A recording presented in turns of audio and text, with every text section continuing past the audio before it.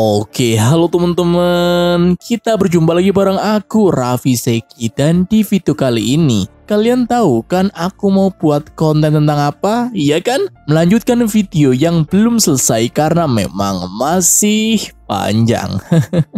Tapi buat kamu yang belum nonton part 5-nya, coba kamu cek deskripsi video ini. Di situ ada link video ringkasan komik Doko part 5, oke? Ya sudahlah, daripada bertele-tele, kita langsung menuju ke inti video, yaitu meringkas alur cerita dari komik Doko part 6. Layar berganti memperlihatkan Kang Hyuk yang sedang melamun di rumahnya. Tapi seketika itu ia mengingat kenangan saat bersama saudara kembarnya. Belum saatnya aku menangisi kepergianmu. Aku harus menyelesaikan misiku, ucapnya dalam hati mengingat saudara kembarnya. Keesokan harinya, Park Han mempertemukan Kang Hyuk dengan Ju Hyun Sung. Melihat lelaki itu, Kang Hyuk sempat berpendapat kalau dia adalah orang yang dulunya membantu Kang Ho. Tapi dugaan itu harus ia pastikan terlebih dahulu. Jujur, aku nggak ingin kau bertarung dengan Lee Tae-hyun, karena perbedaan kekuatan kau dan dia sangat jauh. Namun setelah aku melihat kau mengalahkan Do Hyung, aku berubah pikiran. Ya, aku akan membantumu. Dalam artian, aku ingin kita bekerja sama untuk mengalahkan Lee Tae-hyun. Seun, bodyguard ranking 1 juga akan ikut bersama kita, ucap Ju Hyun Sung pada Kang Hyuk. Dan selang beberapa menit setelah itu, datanglah Lee Seun dan mereka berkenalan. Karena jam pelajaran sebentar lagi dimulai, mereka memutuskan untuk kembali ke kelas mereka masing-masing dan akan bertemu lagi sepulang sekolah dengan Ju Hyun Sung yang memilih lokasinya. Namun sebelum itu, Kang Hyuk minta mereka berdua untuk melindungi So Ye-ran jika mereka mau berpihak pada Kang Hyuk. Terlihat Lee Tae-hyun mendapatkan kabar kalau bodyguard ranking 9 dan ranking 10 dirawat di rumah sakit gara-gara dihajar Pyu Tae-jin. Itu artinya rencana Lee Tae-hyun mengenai So Ye-ran mengalami kegagalan karena ulah Pyu Tae-jin. Beberapa detik setelah itu, Lee Tae-hyun mendapatkan pesan dari Lee Seun mengenai Kang Hyuk yang menyuruhnya untuk melindungi So Ye-ran. Kesabaranku sudah habis, perhitunganku salah. Biasanya setiap jam ada mobil patroli, tapi sekarang tidak terlalu ketat. Maka dari itu, ayo kita bernegosiasi dengan orang itu.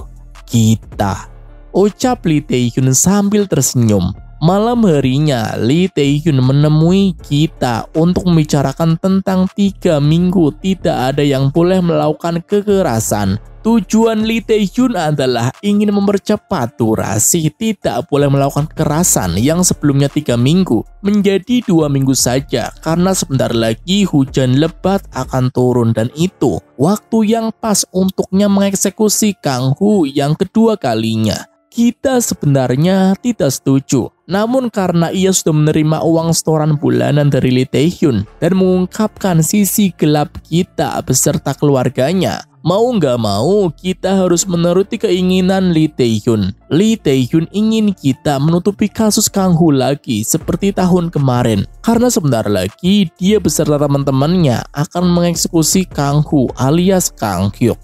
Kita terus-menerus menasehati dan membujuk Lee Tae-hyun untuk tidak melakukan itu. Namun Lee Tae-hyun sudah mantap atau sudah bulat akan melakukan itu, sama seperti 1 tahun yang lalu. Pulang sekolah, mereka ketemuan di sebuah kafe untuk membicarakan rencana tentang menghancurkan geng sekolah Lee Tae-hyun. Namun seketika itu, Kang Hyuk terkejut mendengar Ju Hyun Sung mengatakan sesuatu. Oh ya Kang Ho, tahun lalu juga ada yang membantumu kan? Kita ajak dia bergabung. Lebih banyak, lebih baik kan? Ucap Ju Hyun Sung. Dan inilah awal blunder yang dilakukan oleh Ju Hyun Sung. Sontak Kang Hyuk menjawab bahwa dia tidak ingat karena dia memang tidak tahu.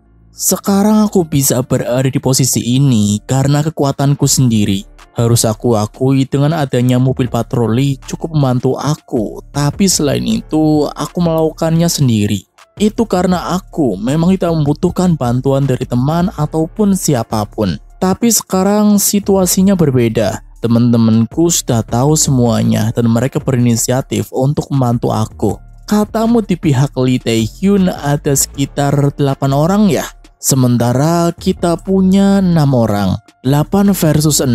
Tentu itu bukan jumlah yang menguntungkan kita. Namun kita harus mencari satu orang pengkhianat di antara mereka supaya pertarungan menjadi seimbang 7 versus 7. Jika seperti itu, aku yakin kita bisa menang. Ucap Kang Hyuk pada mereka berdua, dan Ju Hyun Sung memuji kecerdasan Kang Hyuk yang memikirkan strategi dengan sangat detail. Sementara setelah pertemuan dengan kita selesai, Lee Tae-hyun mendapatkan telepon dari Jung Rae, seseorang yang bertemu dengan Jong Il. Kamu bisa cek di video sebelum ini, oke?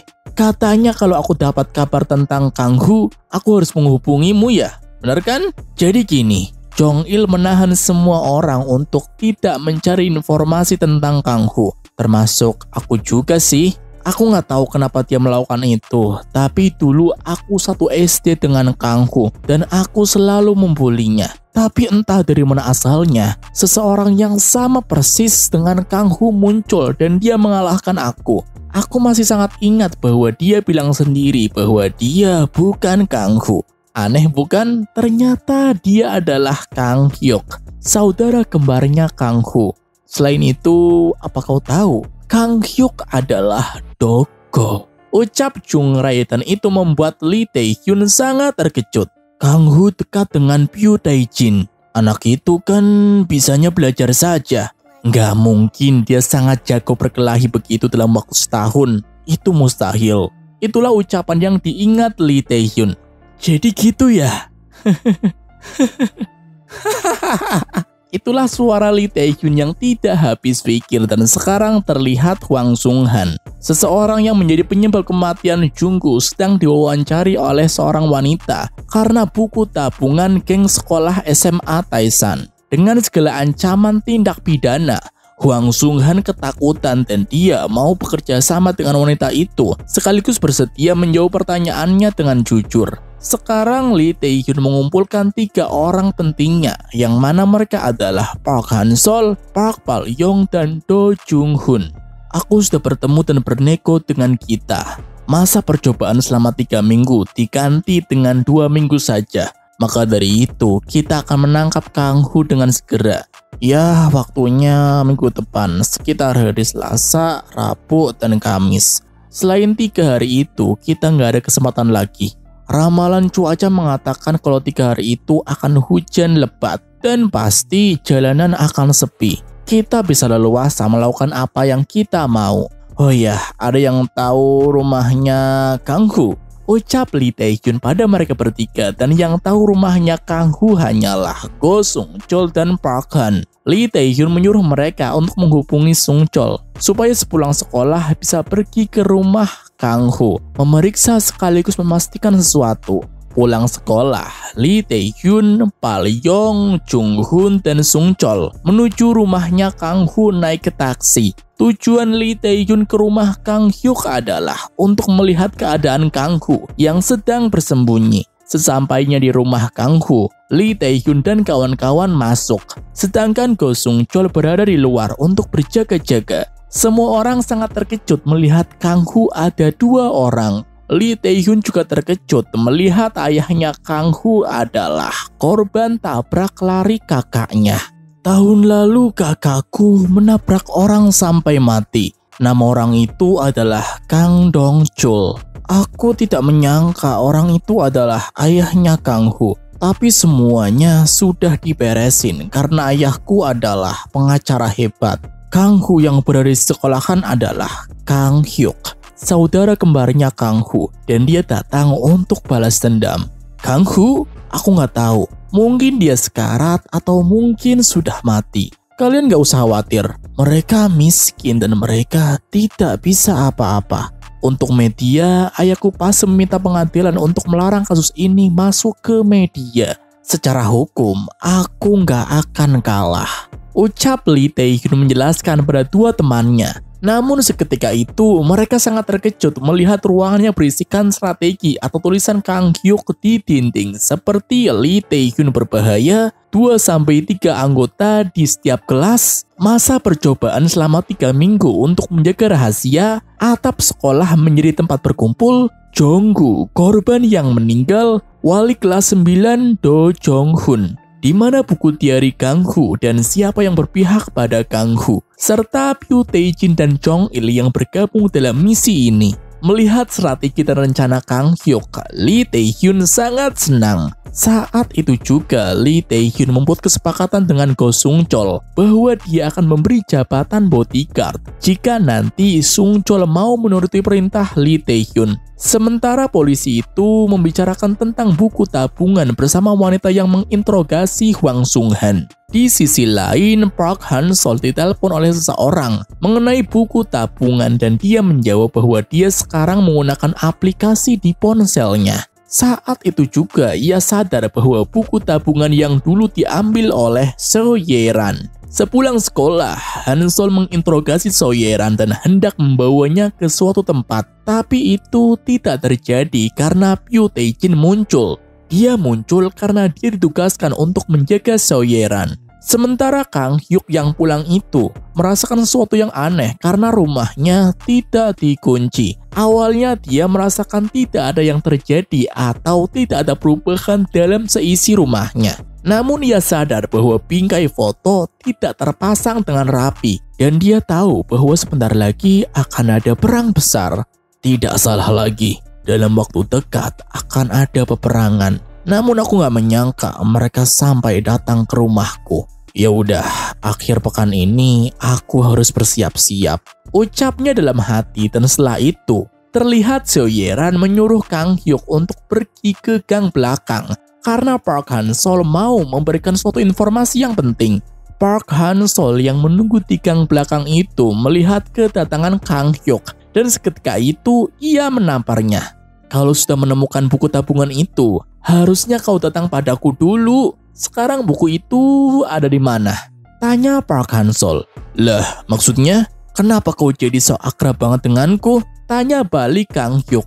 Namun seketika itu Park Han-sol mencium Kang Hyuk dan mengungkapkan kalau dia adalah pacarnya plus menjadi sekutu atau yang membantu Kang Hu mendapatkan informasi geng sekolah SMA Taisan. Sontak Kang Hyuk menjawab kalau buku itu sudah berada di tangan polisi. Oh iya, satu lagi. Tahun lalu aku belum sempat cerita. Kepala sekolah kita adalah Kita. Dia adalah seorang pengkhianat yang menjalin kerjasama dengan Lee Tae-hyun. Ucapnya pada Kang Hyuk. Apa? Ucap Kang Hyuk dan bersambung. Yaps, itulah ringkasan komik Doko part 6. Melanjutkan video yang kemarin dari episode 66 sampai episode 71. Kapan dilanjutin? Santai-santai aja, yang penting kamu sudah subscribe channel ini dan nyalain lonceng notifikasi supaya ketika aku upload video baru, kamu tidak akan ketinggalan karena kamu mendapatkan notifikasi, oke? Terima kasih sudah menonton video ini. Jika kamu menyukai video ini, jangan lupa klik like, comment, and share ke teman-teman kamu supaya teman-teman kamu itu tahu bahwa channel ini membuat konten yang sangat menarik untuk kita tonton. Sekali lagi, terima kasih sudah menonton video ini. Aku izin pamit, aku Raffi Sekli, kita berjumpa lagi di next video. Oke?